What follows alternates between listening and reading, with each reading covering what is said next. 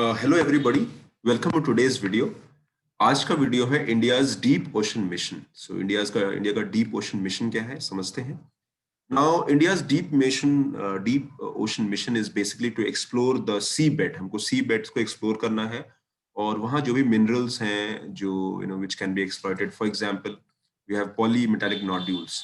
सो polymetallic nodule जो है accumulated रहता है सरफेस सी के सरफेस पे, and that can be a source of the material. So let's understand the entire dynamic and ये कैसे होता है। You can see this whole machine, it digs deep and the pump sucks. Okay, आप इसको image को देख लीजिएगा।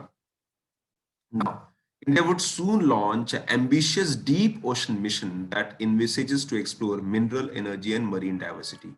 तो इस मिशन में हम लोग मिनरल्स को, एनर्जी एंड मरीन डाइवर्सिटी को एक्सप्लोर करेंगे। That is the under water world. Why? Because still a large part जो है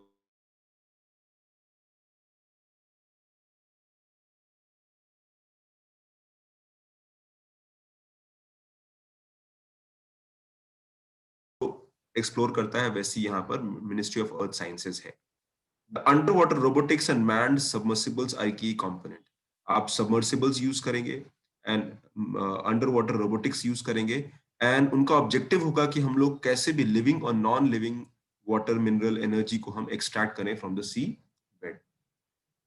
The tasks that will be undertaken over this period include deep sea mining, survey, energy exploration, and offshore based desalination.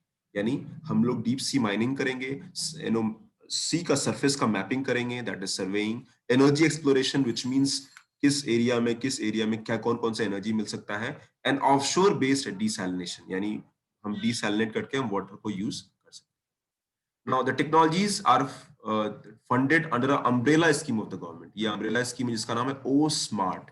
Government of India की umbrella scheme है। Ocean services, technology, observation, resources modelling and science. So the focus is on the sustainable development. कैसे हम सी resources को, ocean resources को harness करें without impacting the marine life and the environment.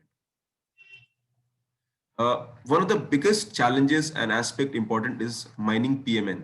PMN क्या होता है? PMN is polymetallic nodules होते हैं, and they are like potato like, round potato like items होते हैं, and they are a source of manganese, nickel, cobalt, copper and iron hydroxide. So ये easily आप इसको explore करके use कर सकते हैं।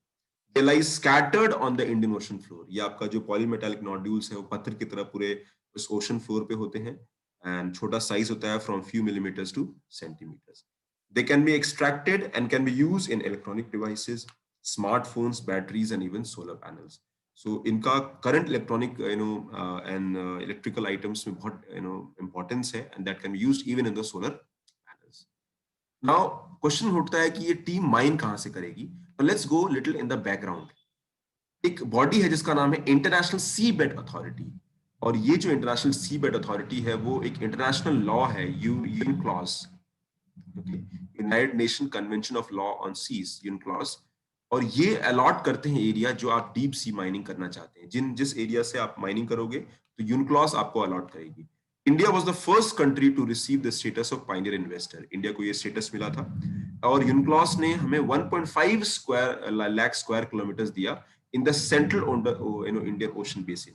तो सेंट्रल इंडियन ओशन बेसिन में 1.5 लाख किलोमीटर्स का एरिया हमें यूनक्लॉस ने दिया, and India signed the contract with ISA, that is international sea bed authority. और इसको साइन करने के बाद 50% हमें सरेंडर कर दिया, and we said that we will retain only 75,000 kilometres. तो 75,000 किलोमीटर्स के एरिया में ही हम एक्सप्लोर करेंगे। देन अपार्ट फ्रॉम ये जो सेंट्रल ओशन बेड है, पीएमएन, पॉलीमेटालिक नोड्यूल्स, और भी कुछ एरियाज में पाए जाते हैं। For example central Pacific ocean. So you find this in central Pacific ocean, और ये इंपॉर्टेंट है from MCQs point of view. Clarion Clipperton Zone. So Clarion Clipperton Zone is an area in the Central Pacific Ocean. So according to the website, ISA की जो website है, India has entered 15-year contract to explore polymetallic nodules, polymetallic sulfide and cobalt-rich, ferromanganese crust.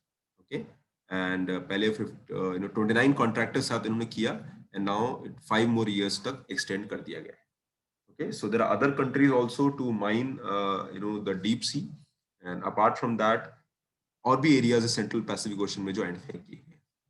Which other countries कौन कौन से हैं? China, France, Germany, Japan, South Korea, and all these countries have lot of technology and they have, उनको भी जो है कुछ island जैसे कि Cook Island, Kiribati Island, have also joined in the race for deep sea mining. ये सारी countries जो है वो टेक्नोलॉजी ड्रिवन कंट्रीज हैं, they have tested there technology, but अभी भी डीप सी एक्सट्रैक्शन से कैसे आप एक्सप्लोर करके निकालते हो, वो एक still is a technology that we are working on. Now what is the India's preparedness? India का स्टेटस क्या है? वेल, इंडिया का जो माइनिंग साइट है that is at the depth of 5500 metres, और इस साइट पर, इस डेप्थ पर there is very high pressure and extremely low temperature. Pressure बहुत हाई होता है, टेम्परेचर लो होता है, and we have deployed remotely operate vehicles, soil testers हमने deployed किए हैं, and at the depth of 6000 meters, and mining machine newly developed for 6000 meters was able to move 900 meters, और अभी deploy तो नहीं किया गया है properly, but 5500 meters तक हम deploy इसको कर लेंगे। इंडिया का प्रिपेयर्डनेस इस पे भी डिपेंड करता है दैट इंडिया जो शिप्स हैं, जो एरिया हमें मिला है, वहां पर वेदर कंडीशंस कैसी हैं।